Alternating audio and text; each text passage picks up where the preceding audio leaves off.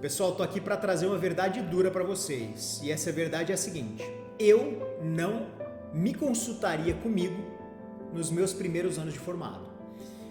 E eu vou trazer um recorte muito interessante para vocês sobre isso.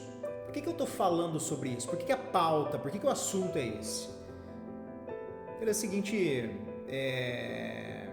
explicação.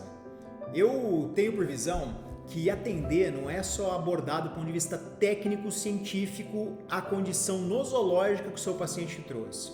É abordar sim o contexto biopsicossocial, é entender todas as frentes do paciente, tudo que ele precisa para ser acolhido, para que em um dado momento a gente tire o fator causal que tirou aquele balanço, né? Tirou aquele equilíbrio, aquela entropia do meio interno e se transformou em doença, ou eventualmente não deixar que essa entropia seja quebrada e seja transformada em doença e tratar em fases pré-clínicas, né?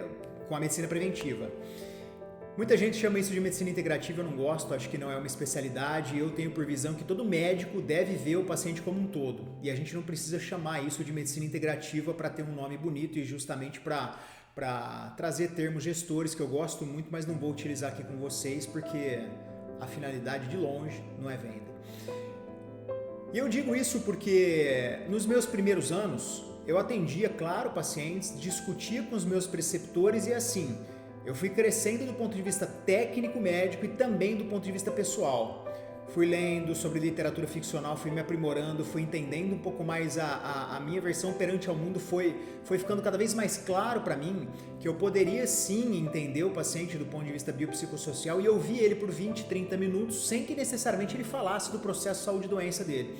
No entanto, muitas das vezes o diagnóstico estaria lá. Essa maturidade claramente eu não tinha nos meus anos mais precoces de formado. Então é por isso que eu trago até vocês que eu vejo muitas vezes médicos que formaram recentemente e às vezes está lá na bio do Instagram, mais de 10 mil vidas impactadas. Bom, isso pode até ter acontecido, mas com certeza não foi depois de formado, tá? Eu dava sim plantão em pronto atendimento, tratava diagnósticos sindrômicos, nosológicos e acho que sim, para isso eu tinha maturidade, com certeza, senão eu não me proporia fazer.